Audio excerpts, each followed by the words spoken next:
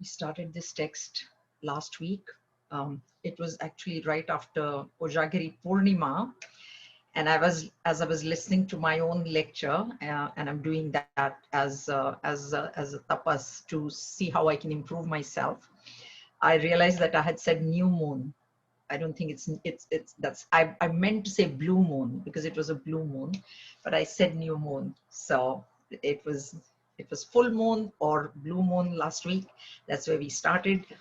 And we have started with these meditation verses, meditation on the Bhagavad Gita, written by Madhusudan Saraswati ji, who is from the 14th century, who was asked by his guru. He was a knowledgeable, realized master who had written a commentary on the Bhagavad Gita, not a commentary. The original commentary is Bhagwan Shankaracharya's, a tika. A commentary on the commentary is called a tika. He had written that. He knew the Bhagavad Gita well, but he didn't think he had enough bhakti.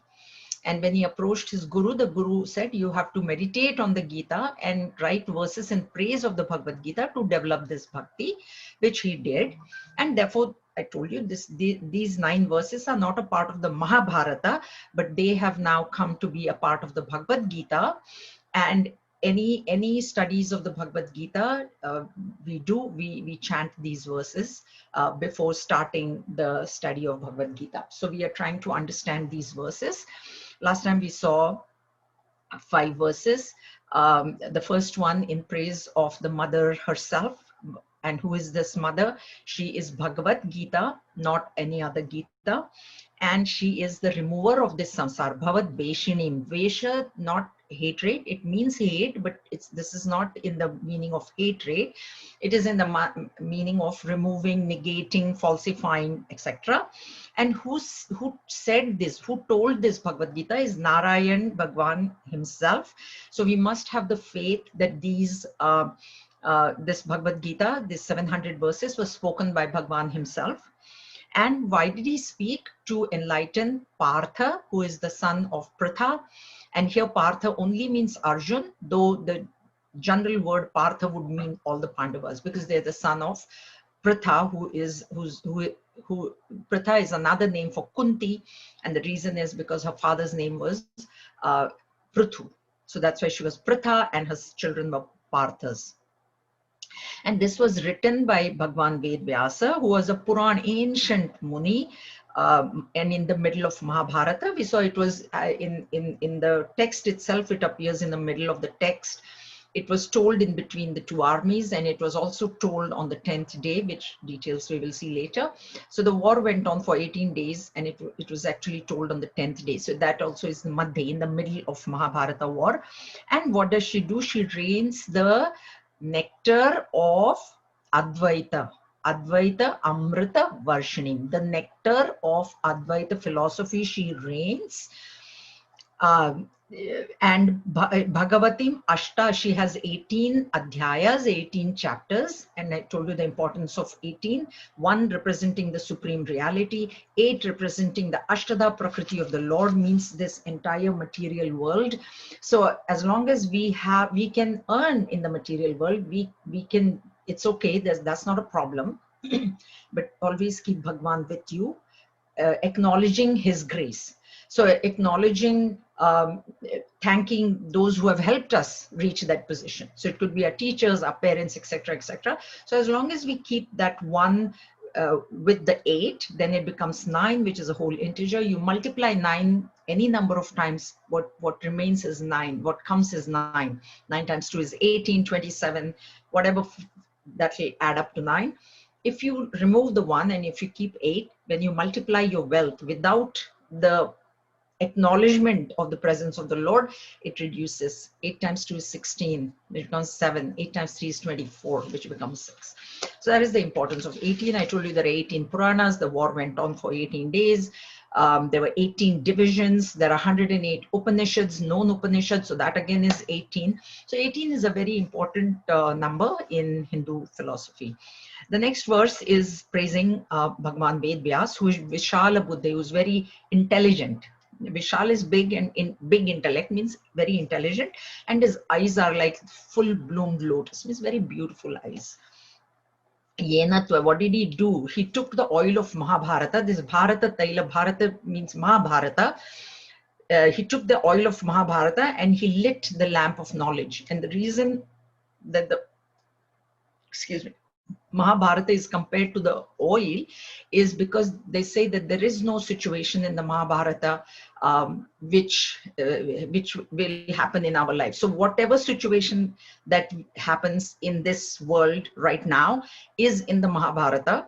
Mahabharata has got 100,000 verses, and the solutions are there. So that is why this Mahabharata becomes the oil of this Jnanamaya light, this light which is spreading the light of knowledge. And then, of course, there is Bhagavan Shri Krishna, Prapanna Parijataya, the one, those who surrendered. Parijata is the celestial tree, the mythical tree which came out of the churning of the Milky Ocean. It is said that anyone who sits under that tree and wishes for anything, it is fulfilled. So it's a wish-fulfilling tree. So Bhagavan Shri Krishna can become like that wish-fulfilling tree to those who surrender to him. And he holds the gourd and the cane in his two hands, and with one he has the Jnana Mudra. I told you this index finger represents ego because it is pointing fingers at others. That's how we do it. You did this, you did this, you did this. Or it points to yourself saying, I did so much, I did so much. It represents the ego. The three fingers can represent gross, subtle, and causal bodies, waking, dream, deep sleep states, sattva, rajas, tamas, anything they represent. This is ego, and the ego has to go under the thumb because the thumb represents the Lord or the supreme reality. So that's why this becomes the Jnana Mudra. When the ego is surrendered to the Lord, that is real knowledge. Okay, so that's why it's Jnana Mudra. Krishnaya, and what did he do? Gita Amrita Duhe Namak. Krishnaya Namaha. So I salute Krishna. And he milked this cow of Bhagavad Gita and he gave us the nectar of the Bhagavad Gita. So that is what it means. And next verse in 4, the Upanishads are compared to cows and the milkman is Gopala. He actually, even in his life, in his childhood, he had done that. So that's a very apt metaphor this is. So he is the one that milks this cow, these cows of Upanishads, and he did that. And the essence, because the essence of the cow is milk. So he milked these cows, and the essence in the form of Bhagavad Gita, he first gave it to Arjun because a cow will never give milk to others, will not allow the milkman or the milk woman to milk the cow unless the calf has drunk it. So that's why Arjun is the calf whom this milk of Upanishads, the essence of the Upanishads was given, and now it is available to all of us, to others. And how is this Vatsa? Vatsa is calf or son also Vatsa. Partho, student also, disciple also. Sudhir Bhokta, Sudhihi, Dhihi intellect, Su good, of very good intellect he was. So he was given this Amrita, this nectar. And if we also develop a good intellect, we are also fit to receive this knowledge. The next was at one level, it's very straightforward. Vasudeva Sutam Devam. He is the son of Vasudeva and Devaki Paramanandam. He is the bliss, he's the happiness of his mother Devaki. And he was the one who had killed Kaus and Chanur. And he was also a Jagat Guru because he's known as original Guru because he gave out this knowledge to Arjuna. But it tells us what we'll study in chapter 4. It is that his avatar, his birth on this earth was the avatar of Bhagavan Vishnu, Narayan himself. So Vasudeva Sutam, son, that represents his avatar, and Kausa Chanura Mardanam represents the purpose of his avatar. Why did he take avatar on this earth? To kill the wicked. So even though only Kaus and Chanur are mentioned here, we all know that he has killed a lot of wicked people. And that was the purpose of his birth, to maintain a balance between dharma and adharma, which he finally did by annihilating the Kauravas. And we'll see how he did that as well. And so, and he also gave out the knowledge. That also was one of the purposes of his birth. He knew that Kali Yuga, Bhagavan knew that Kali Yuga is on the way and people are not going to have time to read the Upanishads. They need this in capsule form, quick, fast, because we are in a fast food or fast internet, fast everything world right now. We go on to the next one, verse 6. This is now a description of the war itself. So we have seen Bhagavad Gita praised, Bhagwan Vedvyas, Bhagwan Shri Krishna, and now the war, the description of the war. Bhishma Drona Tata Jayadratha Jala Gandhara Nilotpala Shalya Grahavati Krupena Vahani Karnena Vela Kula Ashwathama Vikarna Ghora Makara Duryodhana Vartini Sotirna Khalu Pandavai Rananadi Kaivartaka Keshavaha. The river of battle with Bhishma and Drona as its banks, with Jayadratha as its waters, with the king of Gandhara as the blue water lily, Shalya as the shark, Kripa as the current, Karna as the breaker, Ashwathama and Vikarna as the terrible crocodiles, Duryodhan as the whirlpool in it, was indeed crossed over by the Pandavas with Keshava as the ferryman. So the last two words, Kaivartakaha Keshavaha. So Keshava, who is one of the names of Bhagwan Shri Krishna, is the boatman. Okay, boatman for what? Rana Nadi, Rana war, Nadi river. So this war is compared to a river. Now this is a metaphor. So don't go into, there are never crocodiles in the river. There is not a whirlpool in the river. Don't go into those type of things. It's a comparison. So the boatman was Keshav, and this war is the river. Sotirna Khalu Pandavai. So Sotirna is to cross over. So the war was crossed, means this river of war was crossed over only with the help of Keshava. Okay, now what about the banks? The river always has two banks which guide the river. Right, the banks will guide the river. So Bhishma, Drona, Tata. So Bhishma and Drona are the banks. Why? Bhishma was the commanding officer of the Kaurava army. Drona was, of course, his right-hand man. Drona was the guru of the Pandavas and the Kauravas, and he is the one that had taught all warfare to both Pandavas and Kauravas. So they were the ones that were leading the course of what is to be done today. Like every there is a strategic meeting between the generals every morning is what is going to be our strategy for today. And they were the ones that were deciding this for the first 10 days. He was the commanding officer. So because of that, they are called the banks. So they were deciding the course of the war. Okay. Jayadratha Jala, the water is Jayadrath is the husband of the sister of Duryodhan. Means these brothers were 100 brothers, and they had one sister. Her name also was Dushala. Like everything started with Du there. So her name was Dushala, and this Jayadrath was the husband of Dushala. Okay, and so he is the water. Gandhara Nilot, king is Shakuni. King of Gandhara is Shakuni Mama. He's the paternal uncle of Duryodhan, of the Kauravas. So he's the brother of Gandhari. He's the brother of the mother of the Kauravas. Okay, Gandhari. And Nilotpala, it's translated here in water lily, but I think a better translation is a dark blue rock would be a better reading of it, because Shakuni was far from a water lily, right? Shakuni was the one that created the whole havoc. Like everything happened because of Shakuni. So that's why.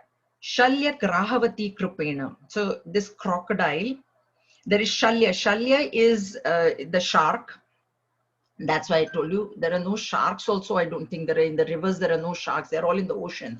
So that's why we must not take this like literally. How come he said that this is a shark? How come? So we should not take it like that. Shalya, and then Kripacharya is the Kuluguru of the Kauravas. So Dronacharya is the teacher who taught warfare, but Kripacharya is the Kuluguru, means he's the priest. He's the head priest. So he will advise the king on matters of dharma. What is correct, what is incorrect. That is Kripacharya. And Kripacharya's sister, her name was Kripi, and Kripi was married to Dronacharya. And Dronacharya and Kripi had one son named Ashwathama. These characters are important in this drama And that's why I'm mentioning them, because they will come again. So Kripena Vahani, and then Karnena Velakula. So Velakula is Karna is the breaker. Take it any which way you mean. Karna also is an extremely important character in this. As we all know, he was the oldest son of Kunti. He also was a Partha, except nobody knew that. And he was unfortunately on the side of the Kauravas. And when Bhishma was asked to be the commanding officer, the one condition, two, three conditions he put. One of the conditions was that Karna will not take part in the war as long as I command the army. And Duryodhana had to agree, because he knew that he had no chance without Bhishma. If he had told Bhishma, okay, fine, you are out and I'm keeping Karna, that wouldn't have been right. And Duryodhana had that much intelligence. So Karna was not a part of the war in the first 10 days. Until Bhishma fell, Karna was not a part of the war. And the reason that Bhishma did that was because Bhishma knew that this is Kunti's son. He knew that. He knew that he's a Pandava actually. He should be on the other side, but unfortunately he's on the Kaurava side. And therefore Bhishma did not want the brothers fighting against each other. That is the reason. Ashwathama Vikarna Ghoramakara. Okay, Ashwathama, I told you, is the son of Dronacharya and Kripi, and Vikarna is the brother of one of the brothers of Duryodhana. So I told you there are 100 of them.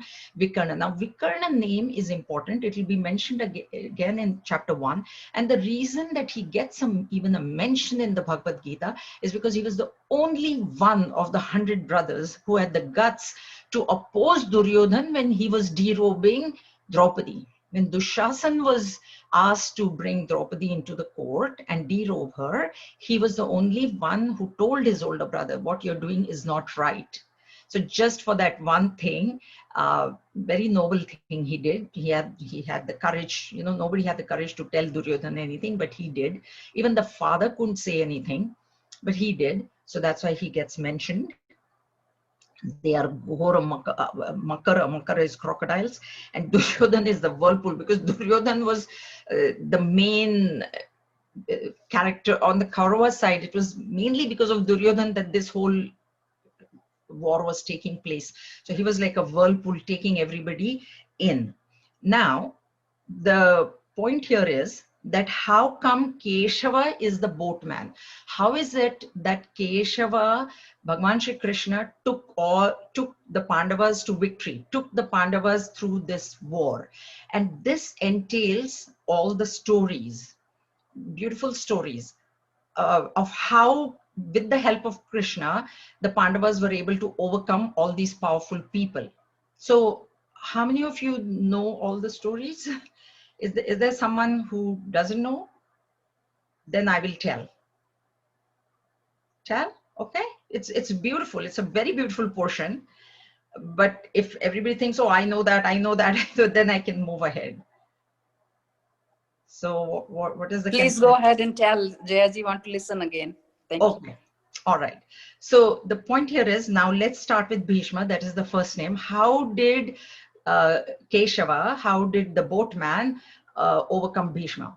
One thing about Bhishma is that Bhishma's training, war training, was in the heavens. His mother, I'm not going to go into story details, but the point is that his mother, who is Gangaji, River Ganga, she is the mother of Bhishma. She had taken, as a baby, she had taken him to the heavens from where she had come, and he was trained in warfare by the Devatas up to the age of 16. He was undefeatable, basically, Bhishma. And that is the reason that when he was made the commanding officer, he told Duryodhan that I will not kill the 5 Pandavas, but I will kill 10,000 soldiers, Pandava soldiers, every day. But I will not touch the 5 brothers. They will not be killed by my arrows. And Duryodhan had to agree. Like anything Bhishma said, Duryodhan had to agree. So basically what was happening in the first 10 days is that he was killing 10,000 soldiers per day. And by the 10th day, the Pandavas, Yudhishthir was exhausted because they didn't know how to control him. there was no controlling Bhishma. Bhishma was, Bhishma's character, if it'll come later, but Bhishma's character, if you know, one of the greatest, tapasvis also. So Yudhishthir went to Krishna. He said, Bhagwan, I don't think I can win this war.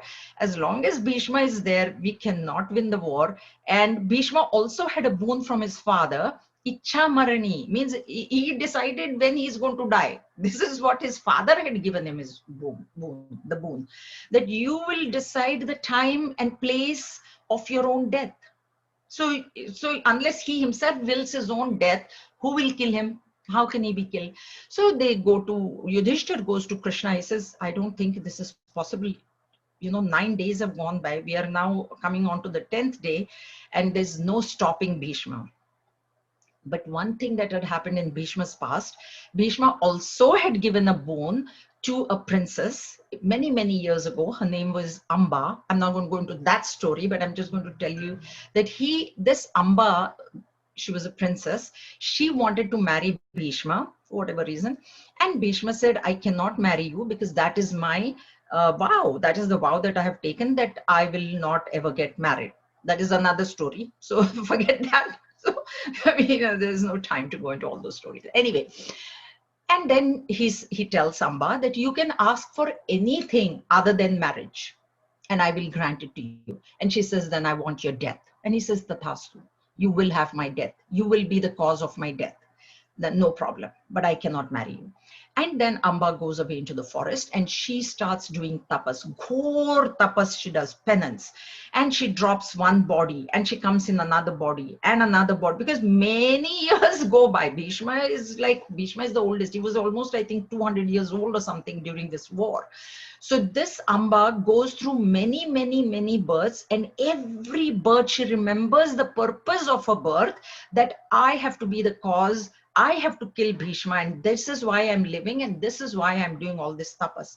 And finally, she takes birth as the brother of Draupadi. She takes birth in Drupada's house as a eunuch, Shikhandi. She's neither man nor woman. So Shikhandi, she takes birth as neither a man nor a woman.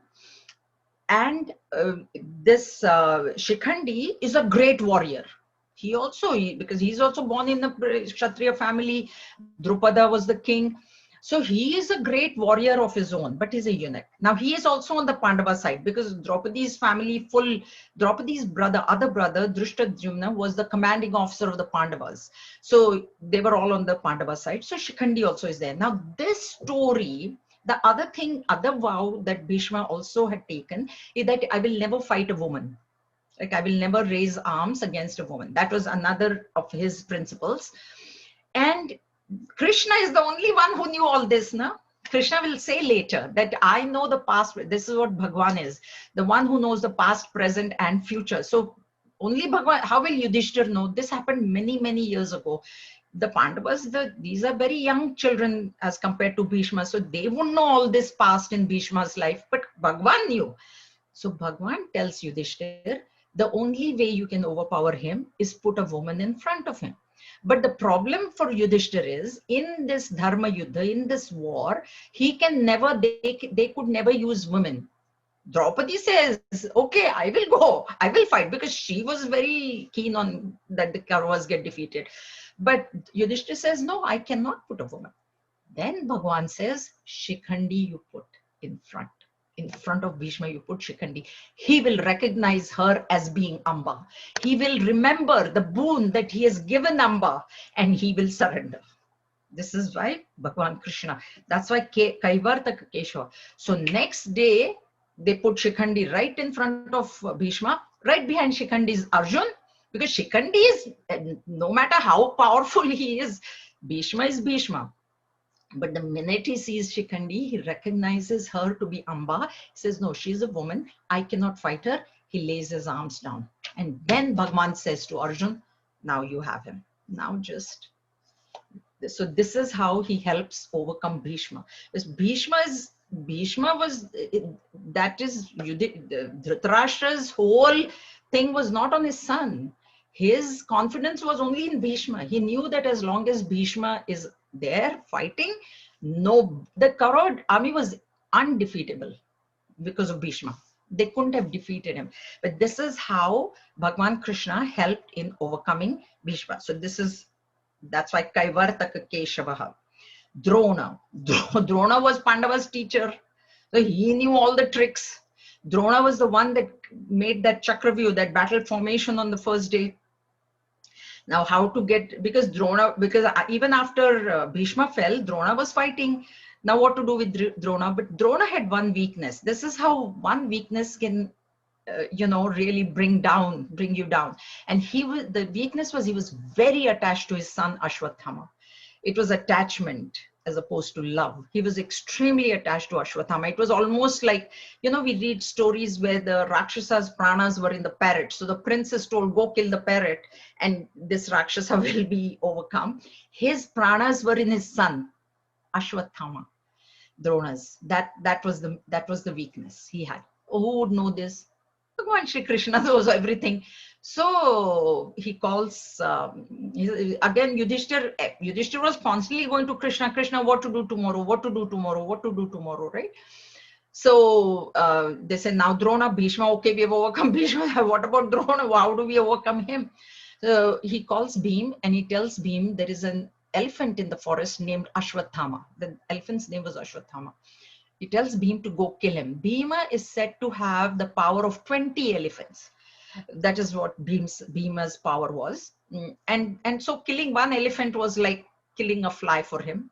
He was 20 elephants. There's one elephant. What's the thing? He just goes and he kills that elephant. And there is a whole rumor, not a rumor, but this news spreads like wildfire. Ashwathama hataha. Ashwathama is dead. Ashwathama is dead. Only that much. Ashwathama is dead. So Drona hears it. Everybody hears it. Drona, immediately he thinks my son. So he says, who will tell me the truth?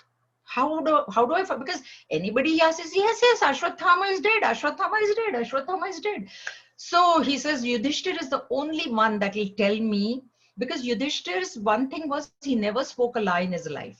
That was Yudhishthir's strength. He never ever said anything lies, anything false. He says, I'm going to go to Yudhishthir. In those days, when the army fought, they fought during the daytime, but once that day's war was over, which was at kind of sunset, then they were all friends. The Kauravas and the Pandavas were related to each other. Please note. First of all, Pandavas and Kauravas were cousins only, plus the other armies, the other people who were fighting also were friends and relatives. So it is said that after the war was over for the day, they all sat together and ate, literally. They were friends.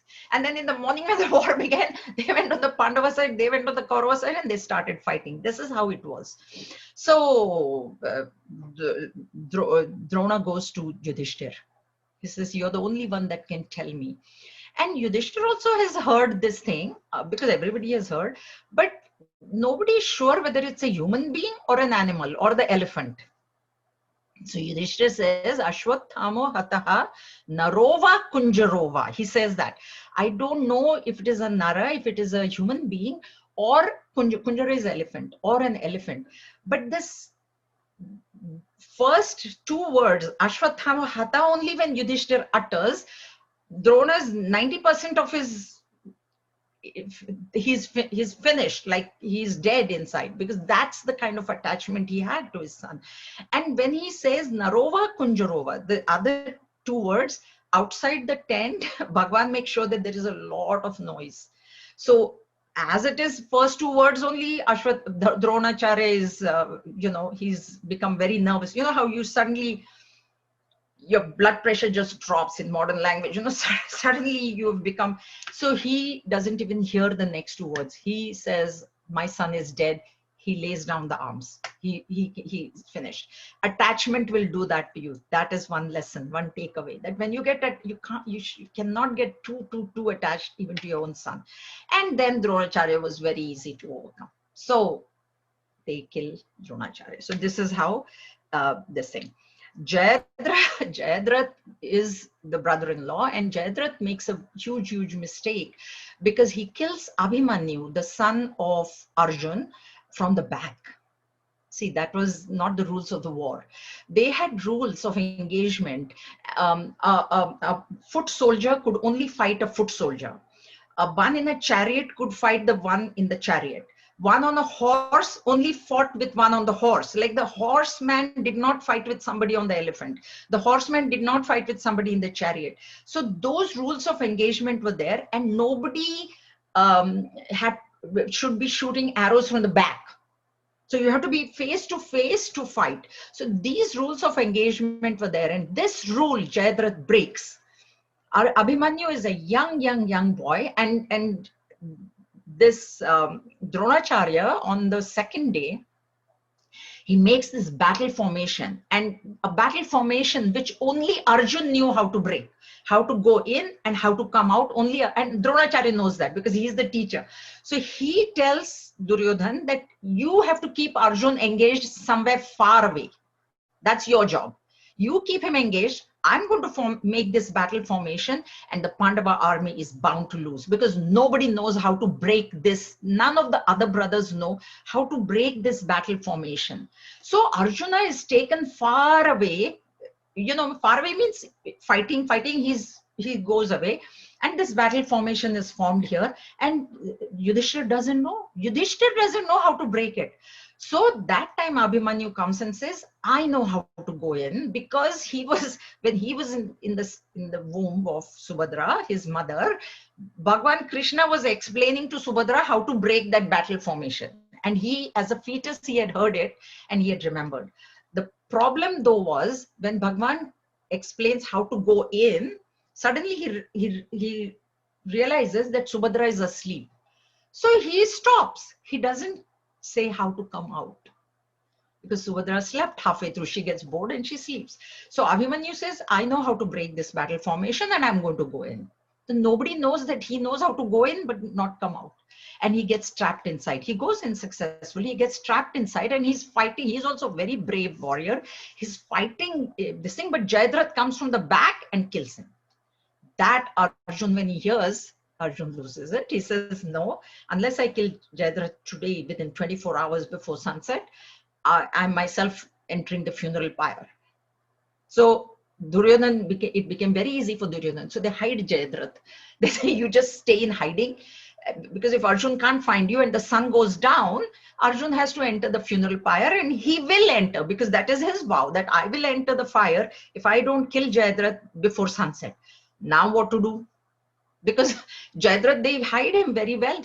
Then Bhagwan uses his Sudarshan Chakra and he covers the entire sun. So what happens is suddenly the sun sets. So everybody says, oh, sun set. And Jayadratha is not found because Jayadratha is in hiding. So a fire is made because Arjun says, that's it. I'm entering the fire, because and Duryodhan gets very, very happy. Aha, very good. Arjun is going to enter the fire. So he brings Jayadratha out. Is it? Oh, now you can come in. Now this is it. The sun is set and Arjun is going to, and Bhagwan withdraws his Sudarshan Chakra. And its famous dialogue is there. He says, Arjun, here is the sun and here is Jayadratha. Now you kill him. So this is how Jayadratha is overcome by the help of Bhagwan Shri Krishna. It's fascinating stories. Jayadratha, Gandhar and Shakuni was not a problem. So I don't think they even needed Bhagwan's intervention for Shakuni. Shalya also not so much of a problem. Kripacharya also not so much of a problem. Karna was a great enemy of Arjun. Now he was also the son of Kunti. And not only that, he was the son of Lord Sun. And Lord Sun had given him this whole protective armor on his skin, just like his skin. It wasn't separate from his body, which nobody could penetrate. Just nothing could penetrate that thing. How do you kill Karna? So Bhishma, he did his part. He says, as long as I am in the war, Karna can't. So there is no problem. So Karna was in the tents and Bhishma. But on the 10th day, Bhishma fell and Duryodhan immediately made Karna the commanding officer. He says, Karna, now you can come in and you are now going to be commanding the Kaurava army. Okay, fine. But before that, now Indra is the father of Arjun. Those are other stories. we'll tell them some other time. So Indra is thinking in the heavens, if this Karna comes in front of Arjun, and Karna and Arjun were the enemies actually. Kunti goes to Karna to tells him, you're my son, come to the Pandava side. He says, no, now I can't, it's too late. But he says, I'll give you one promise. You will have your 5 sons. He promises her, you will have your 5 sons. So it will only be Arjun that I will kill. I will not touch the other brothers. So it will only be between me and Arjun. So either Arjun will die or I will die. So in any case, after the war, your 5 sons remain intact. Indra starts thinking now what to do, how to get this, we have to get this thing out. And one thing about Karna was he was very Danashura. Danashura means he was very, very generous, very, very charitable. Anybody who came to him for asking anything in charity, he will give. Especially he would do the Gayatri mantra first thing in the morning, because prayer to the sun, na? Om Bhurbo Swaha.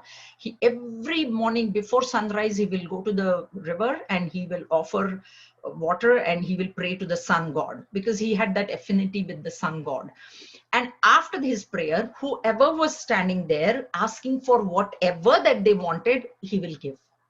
That was his routine. So Indra goes in the form of a bhikshu. And of course, it's between the deities. Now, sun god also knows that Indra is doing this. So this Lord Sun goes in Karna's dream on the previous night and tells him, tomorrow this bhikshu will come. He is Indra. He is going to ask for your protective armor, because he knows that nobody can penetrate this armor. You don't give it. You're my son. You don't give it. I'm telling you. So next day, Indra comes as a bhikshu. And he says, what do you want? He says, I want your armor. He says, I will give it to you. But I don't know how to take it out. You tell me how to take it out and I will give it to you. So Indra, of course, had planned everything. So he says, yeah, cut yourself here and then take it out and then give it to me. And then his skin was all bleeding. After that, after he took out his outer layer of skin. But Indra restores him to his previous beauty.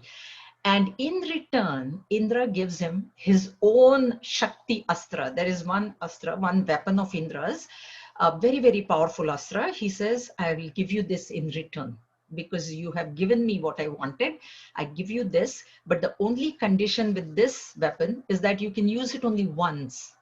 You will use it once, and the minute you use it, it will come back to me. It will return to me. That you have.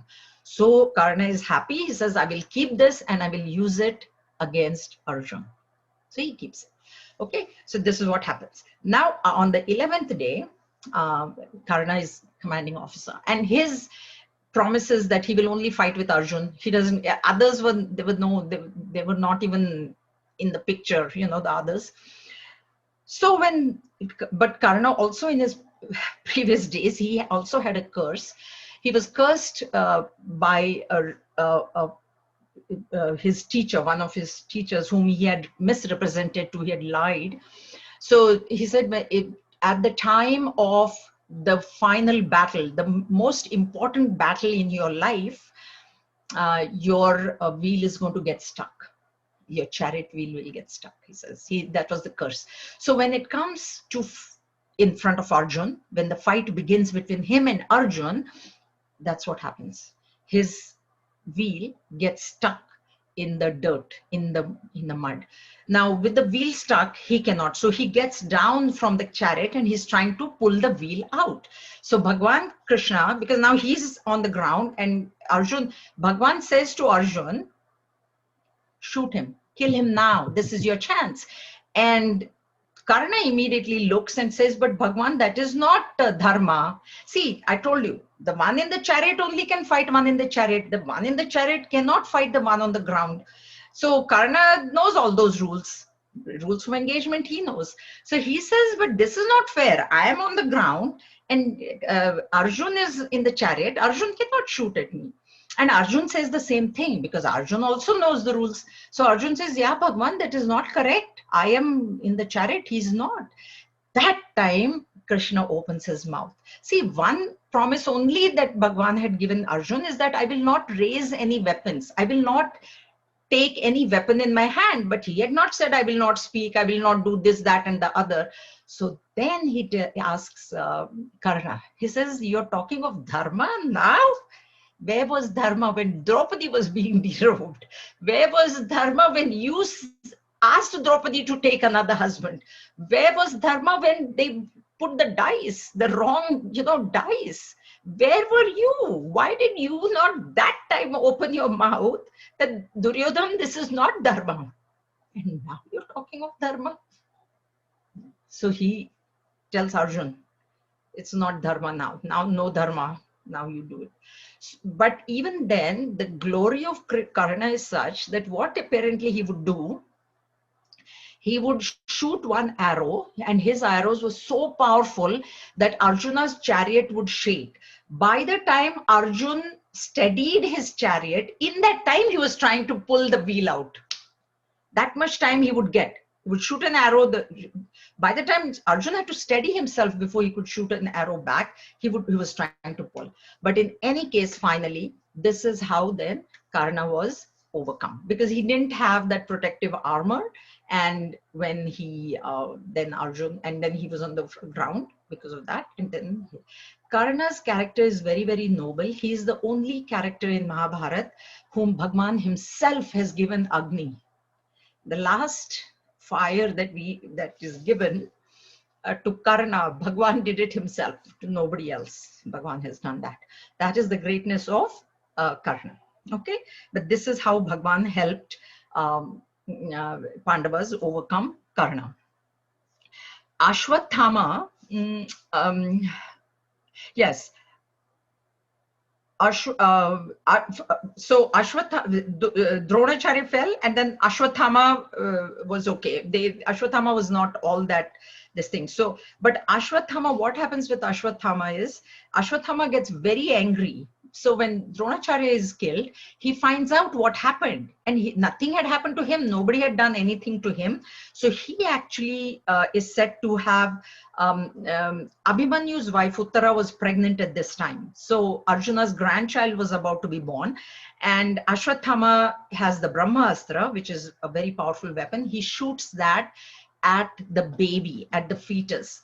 And Ashwathama, because he swears that I am going to kill all of you now, include your whole family will be, will be annihilated. So he does that. But Bhagwan, again, what he does is he enters Uttara's womb and he protects the fetus. So he, for full 9 months, it is said Bhagwan was around the fetus. He makes a protective covering for the fetus. And so the Brahmastra cannot penetrate that. So that is how he protects Parikshit Raja. Parikshit is the grandson of Arjun. He was the only remaining person after the 5, because after the war, all of the children of the Pandavas were dead. 5 Pandavas were alive, and then this grandchild, Parikshit. So that is the story, Ashwathama. Vikarna, of course, just one of the brothers. Duryodhan represents ego. In this whole, Mahabharata, Duryodhan is a representation of ego, and Duryodhan was the last. 99 brothers were killed of his. Dushasan, everybody was killed. Duryodhan was still alive till the very last day of the war. And then on the last day of the war, Gandhari gets very worried now. Now she has heard 99 of her sons are dead. So Duryodhan, what chance does he have? Now Gandhari's her tapas was that when her marriage was decided to this blind king, Dhritarashtra, she herself wears a blindfold on her eyes. And all her life, she never opens that blindfold. And she was a great Shiva Bhakta. She was a very devotee of Lord Shiva. So because of her tapas, of keeping her eyes closed for so many years, her eyesight had great power. It gets great power, such power that if she would open her eyes and look at anybody, they would become, in modern language, the man of steel. Superman is called the man of steel. Nobody could penetrate. So this body, that whoever that she would look at would become a man of steel, and then invincible. So she tells Duryodhan, her last chance to save her last son. She says, Duryodhan, after the war is over at night, you come in your birthday suit. Come naked. to me alone. So Duryodhana says, okay. Of course, Bhagavan Krishna knows what is going on.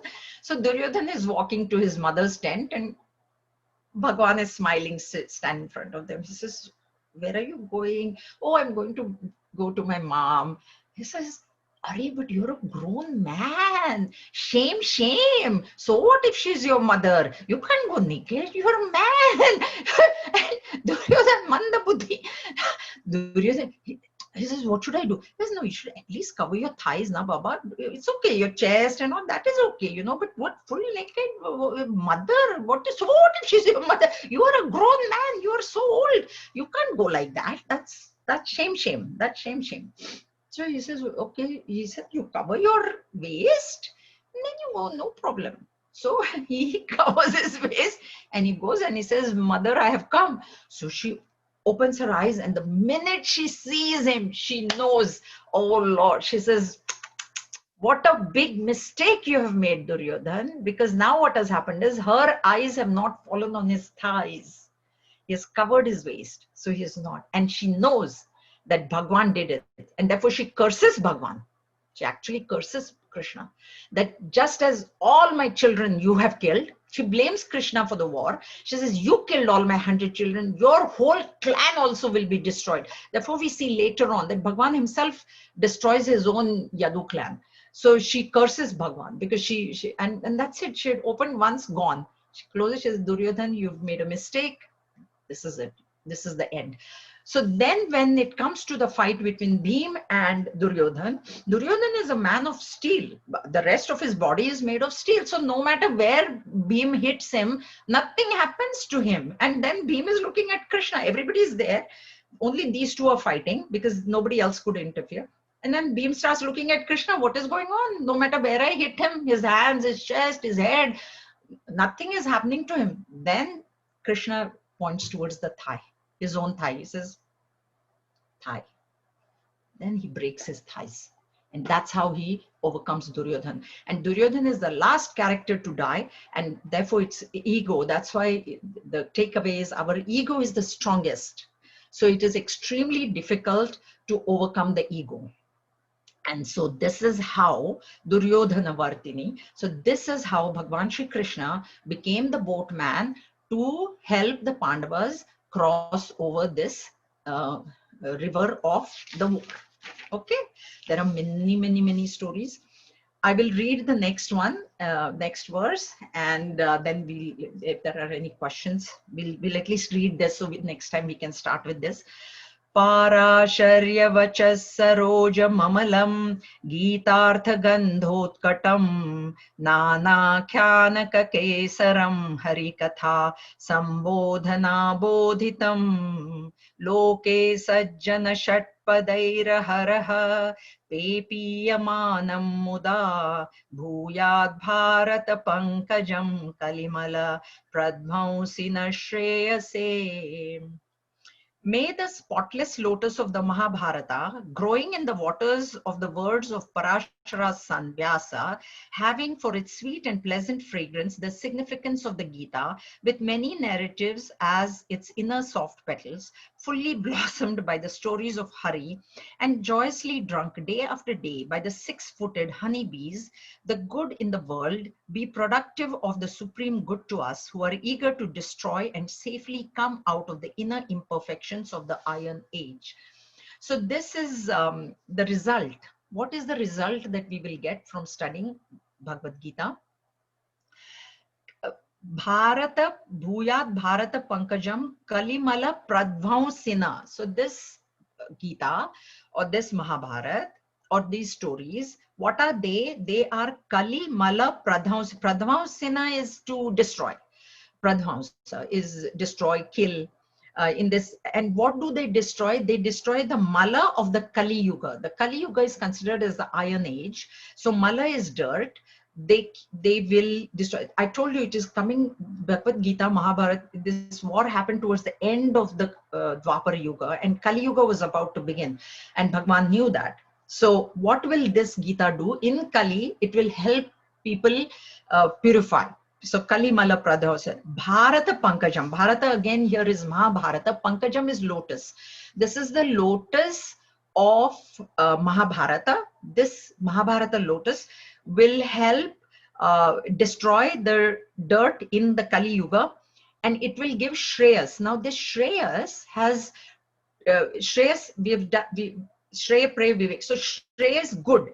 What is good for those who are in the material world? See, that is why Bhagavad Gita, we say, it is not only meant for spiritual evolution, it will also give you material prosperity. That is the beauty of Bhagavad Gita. So this Shreya say is for those who are in the material world, who want to succeed in the material world, it will give them more prosperity outside. And those who want to progress in the spiritual world, it will give them spiritual evolution. So this Shreyas is Nishreya also and Shreya also. Nishreya word, Nishreyas or Nishreya word is used only for realization. Liberation is Nishreyas. And Shreyas includes all the material prosperity as well. So this Shreyas word is Shreyas as well as it can give Nishreyas. Okay, so this is what this lotus of Mahabharata will do. And where did this lotus come out of? Parasharya Vachaha. Vachaha, speech. It came out of the speech of Parashara. Parashara means son of Parashar. Like we have Vasudeva and then we have Vasudeva, who is the father, and Vasudeva is the son, Bhagavan Shri Krishna. So Parashara is the father, I told you. Bhagavan Ved Vyasji's father is Rishi Parashar. And so Parasharya is Vyasmuni. So it came, this lotus came out of the speech. Means he wrote, na? That's what it is. Not that he spoke. He didn't speak, but he wrote. So, Vacha. Sarojam Amalam Gitartha Gandha Utkatam. This lotus, how is it? It is Amalam. There is no impurity in it. And it Gandha Utkatam. So it has this beautiful fragrance of Bhagavad Gita. This it's a metaphor. So this Mahabharata is a lotus, and this lotus has come out of the mouth of Bhagavan Ved Vyas, and it has the fragrance of the Gita, of the Bhagavad Gita. So Mahabharata, Gita is included in the Mahabharata. Na? So Gita, Artha, Gandha, Utkatam. That is the break of that last word. And how is this lotus? Nana Khyana Kakesaram.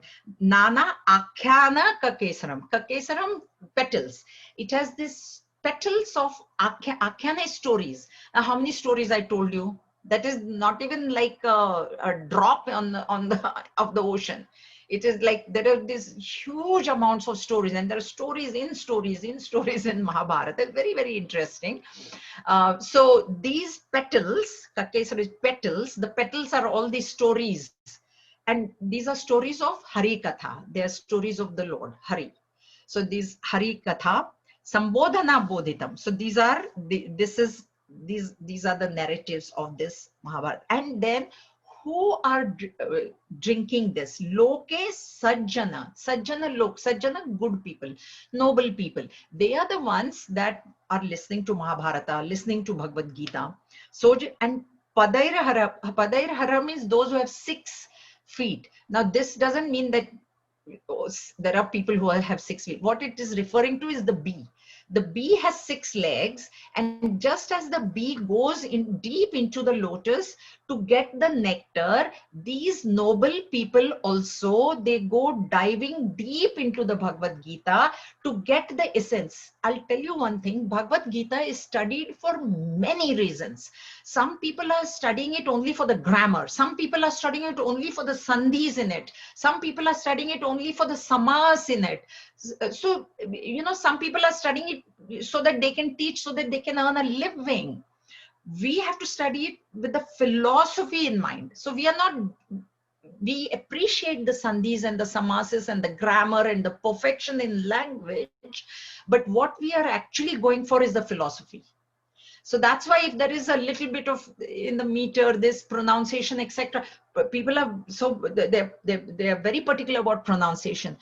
we are particular about the philosophy in the verse. We will be particular. So if there is a little bit of not such a great pronunciation, there's that, we don't worry about those things. Okay. So these Sajjan people, like the six-legged bee, they go deep diving into this Bhagavad Gita, into the Mahabharata, and they take the essence, they take the philosophical nectar of that flower. This is why it is said, Loke Sajjana Shad, they're with 6 legs, like the bees comparison. Pepi Yamanam Muda. They drink this nectar and Muda, happy. They become very happy drinking the nectar. So it's a metaphor comparing this Mahabharata to a lotus, which has come out of the mouth of Bhagwan Vedvyas, and it has the very, very pure fragrance of the Bhagavad Gita, and it has these soft, soft, soft petals. These petals are all these kathas, a few kathas I told you, a few stories. Akhyana is katha, is story. So it has got these many, many, many stories, and they are all of Hari Katha. They are all, there is a takeaway for us. Hari Katha means not necessarily like the stories that are not necessarily that they are about God, but there is takeaway for us. And the noble people, like the bees, like the bee goes into the flower, deep into the flower and gets the essence, the noble people go deep into the Bhagavad Gita, deep into the Mahabharata, and they take the essence for what? For Shreyas. So those who want Nishreyas, those who want supreme realization will get that. Those who want material benefit, they will get that as well. That is the beauty of Bhagavad Gita. It will give you both. Okay, what is your this thing? And then drinking this nectar, they become very happy. Pepi Yamanam Muda. They become very, very happy. Any questions? We'll stop here. 8 and 9. So next time we are going to complete the verses and we will introduce Bhagavad Gita. There'll be an introduction, which I think will be taking one class, and then we will enter into the chapter proper. Okay, any questions? Yes. Jayaji, you were mentioning Bhishma Drona Tata, where you explained all the stories so beautifully. It was amazing, Jayaji. Thank you so much. I mean, just a thought. One more thing that I remembered was that the story that Arjuna was so proud that he had defeated everyone, that he got down from the chariot and only then Krishna got down and the entire chariot collapses. It breaks down to pieces. That is the last. That is the last. And then you realize that the chariot was together because Krishna was there. There are many stories. There is one more story where Bhagavan Shri Krishna was praising Karna to the hilt. And Arjun feels very disturbed. He says, why are you praising Karna? Then I told you, when Karna shoots an arrow, the whole chariot is shaking. So then Krishna tells Arjun, this is takeaways for us, like not to get too egotistical. He says, think about it, Arjun. Hanuman, is a pillar of strength, is sitting on top. Okay. I am myself standing in the chariot, sitting in the chariot as your charioteer. And in spite of that, if Karna's arrows can even shake your chariot, imagine the power of his arrows. And that is why I'm praising him. Because at that point, Arjun did not know that Karna was his brother, but Bhagwan knew. And in the end, yeah, Krishna used to get every day after the war for 18 days, Bhagwan would get down first, because you know why? If you're in a chauffeur-driven car, the chauffeur will get down and he'll open the door for you. Not for us, but President, Prime Minister, then the great people go, the driver. So same way, Bhagwan Shri Krishna would get off of the chariot and open the gate for Arjun. And on the last day, Bhagwan says, you get out first. And when Bhagwan steps down, Hanuman also flies away and the chariot burns to ashes. There are so many stories, so many. There is a book, if you guys want to read, Pride Goeth Before a Fall. Read that. There are many stories in that. Hari Om.